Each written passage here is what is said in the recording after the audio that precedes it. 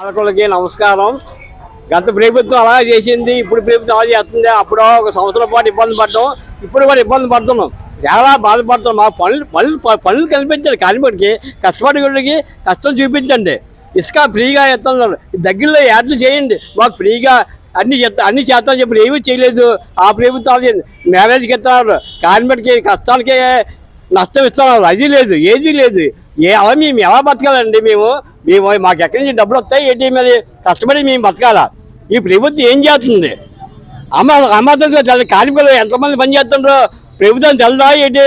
ఈ ప్రభుత్వం కళ్ళు మూసుకుంటుంది ఏంటి? కనీసం ప్రభుత్వం నేపథ్యంతో పనిచేయాలి, తాపీ మీద అంతా సులభంగా ఉందా ఏంటి? ఆటో వాళ్ళకి అందరికీ డబ్బులు వేస్తుండ్రు, కానీ మనకి సామాన్య మన తాపీ మేస్త్రికి ఎన్నాళ్ళు పని లేకపోతే ఒక రూపాయి కూడా వేయట్లేదు. ఏ తాపీ మేస్త్రి మనుషులు కదా ఏంటి? ఈ ప్రభుత్వం కదా కనీసం దుస్థితిగా ఏముందా ఏంటి?